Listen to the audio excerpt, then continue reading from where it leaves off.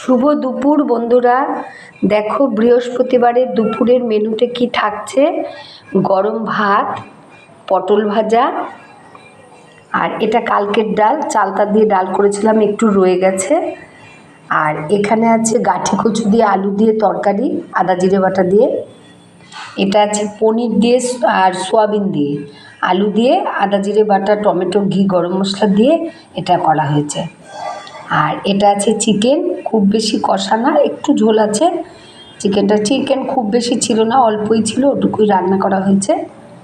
আর এখানে আছে টমেটোর চাটনি, কাজু বাদাম কিশমিশ দিয়ে করেছি, আর পাঁপড় ভাজা।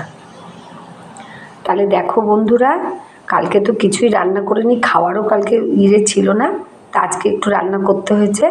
তাই দেখো, এই রান্নাগুলো যদি তোমাদের ভালো লাগে তাহলে আমাকে একটা লাইক, কমেন্ট, শেয়ার করো, সঙ্গে থেকো।